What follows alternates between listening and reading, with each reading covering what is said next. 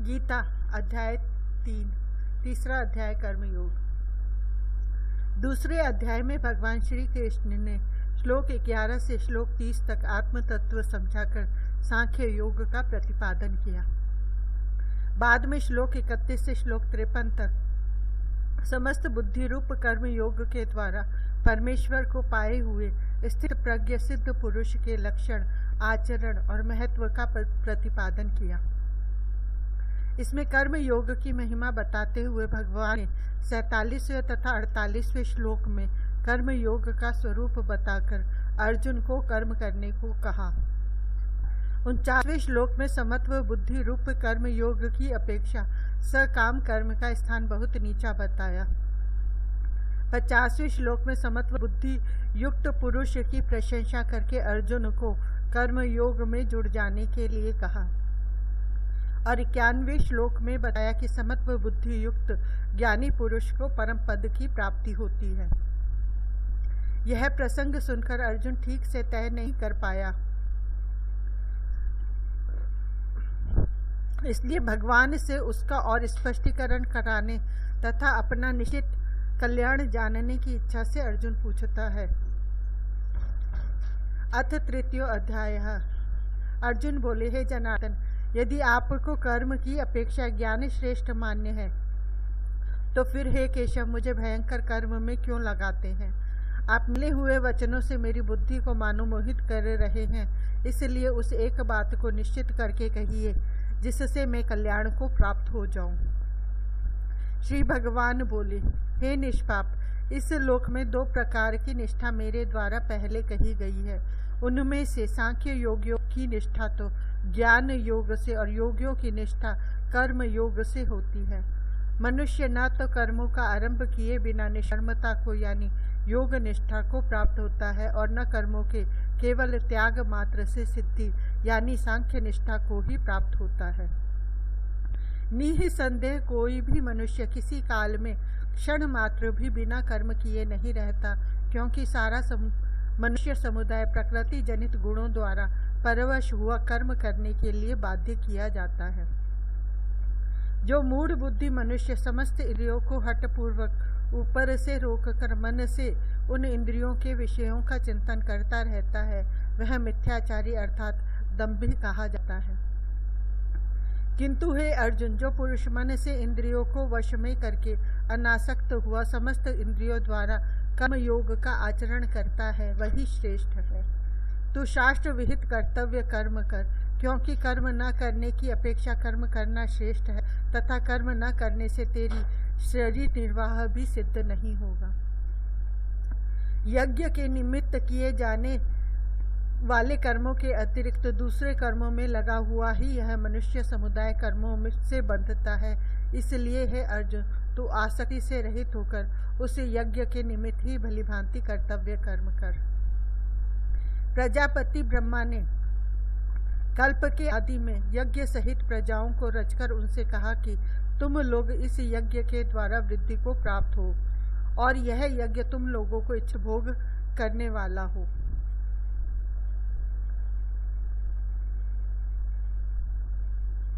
तुम लोग इस यज्ञ के द्वारा देवताओं को उन्नत करो और वे देवता तुम लोगों को उन्नत करें। इस प्रकार निस्वार्थ भाव से एक दूसरे को उन्नत करते हुए तुम लोग परम कल्याण को प्राप्त हो जाओगे। यज्ञ के द्वारा बढ़ाए हुए देवता तुम लोगों को बिना मांगे ही इच्छित भोग निश्चय ही देते रहेंगे। इस प्रकार उन देवताओं के द्वारा दिए हुए भोगों को जो पुरुष उनको बिना दिए स्वयं भोगता है, वह चोर ही है। यज्ञ से बचे हुए अन्न को खाने वाले श्रेष्ठ पुरुष सब पापों से मुक्त हो जाते हैं और पापी लोग अपने शरीर पोषण के लिए ही अन्न पकाते हैं, वे तो पाप को ही खाते हैं। संपूर्ण प्राणी अन्न से उत्पन्न होते हैं। अन्न की उत्पत्ति वृष्टि से होती है, वृष्टि यज्ञ से होती है और यज्ञ विहित कर्मों से उत्पन्न होने वाला है। कर्म समुदाय को तू वेद से उत्पन्न और वेद को अविनाशी परमात्मा से उत्पन्न हुआ जान। इससे सिद्ध होता है कि सर्वव्यापी परम अक्षर परमात्मा सदा ही यज्ञ में प्रतिष्ठित है।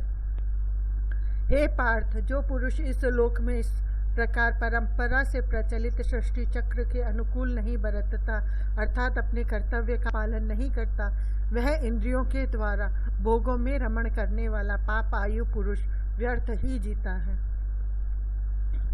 परंतु जो मनुष्य आत्मा में ही रमण करने वाला और आत्मा में ही तृप्त तथा आत्मा में ही संतुष्ट है, उसके लिए कोई कर्तव्य नहीं है।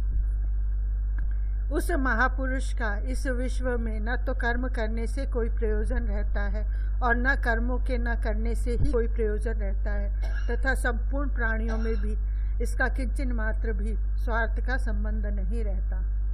इसलिए तू निरंतर आसक्ति से रहित होकर सदा कर्तव्य कर्म को भली भांति करता रहे, क्योंकि आसक्ति से रहित होकर कर्म करता हुआ मनुष्य परमात्मा को प्राप्त हो जाता है। जनक आदि ज्ञानी जन भी आसक्ति रहित कर्म द्वारा ही परम सिद्धि को प्राप्त हुए थे। इसलिए तथा लोक संग्रह को देखते हुए भी तू कर्म करने को ही योग्य है, अर्थात तुझे कर्म करना ही उचित है।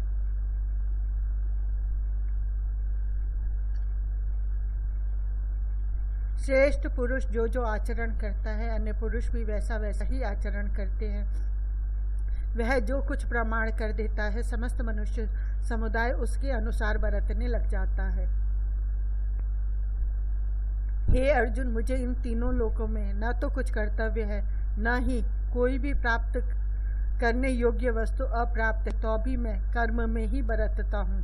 क्योंकि हे पार्थ, यदि कदाचित मैं सावधान होकर कर्मों में न बरतूं तो बड़ी हानि हो जाए, क्योंकि मनुष्य सब प्रकार से मेरे ही मार्ग का अनुसरण करते हैं। इसलिए यदि मैं कर्म न करूं तो ये सब मनुष्य नष्ट भ्रष्ट हो जाए और मैं संकर्ता का करने वाला हूं तथा इस समस्त प्रजा को नष्ट करने वाला बनूं। हे भारत, कर्म में आसक्त हुए अज्ञानी जन जिस प्रकार कर्म करते हैं, आसक्ति रहित विद्वान भी लोक संग्रह करना चाहता हुआ उसी प्रकार कर्म करे।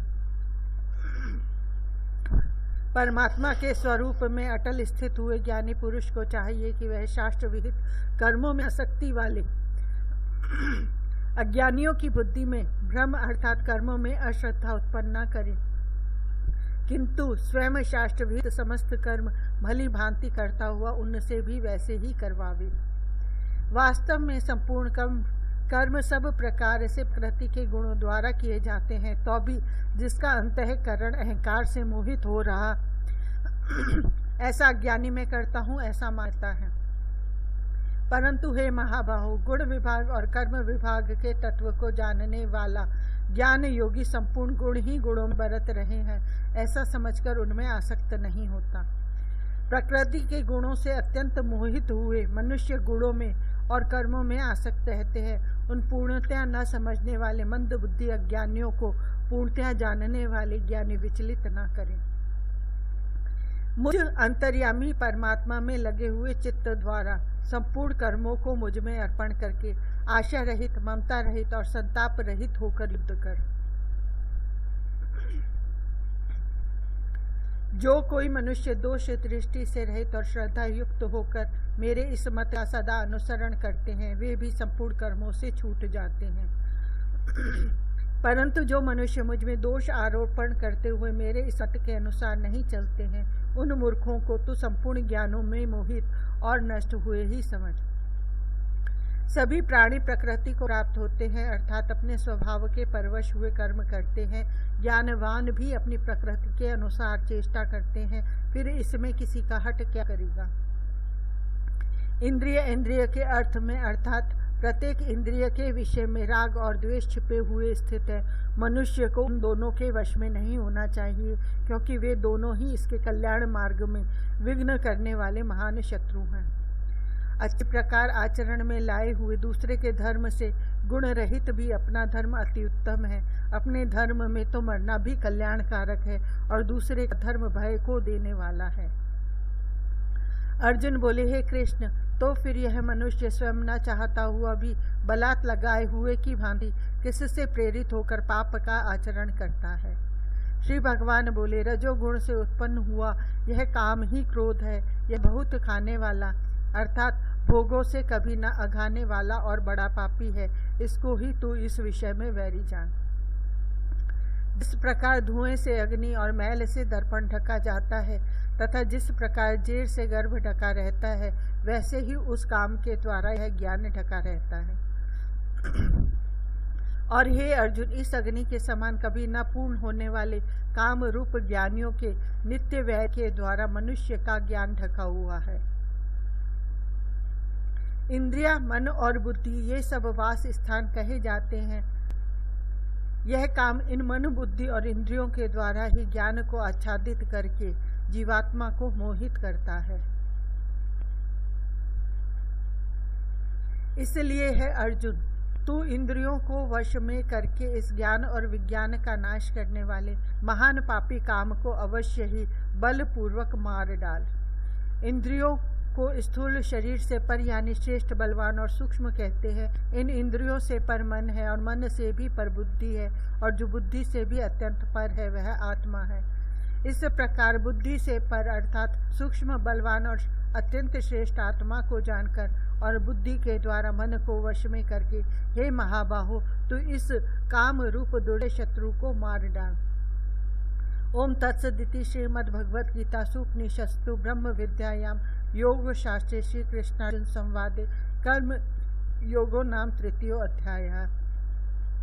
इस प्रकार उपनिषद, ब्रह्म विद्या तथा योग शास्त्र रूप श्रीमद् भगवद गीता के श्री कृष्ण अर्जुन संवाद में कर्म योग नामक 3 अध्याय संपूर्ण हुआ।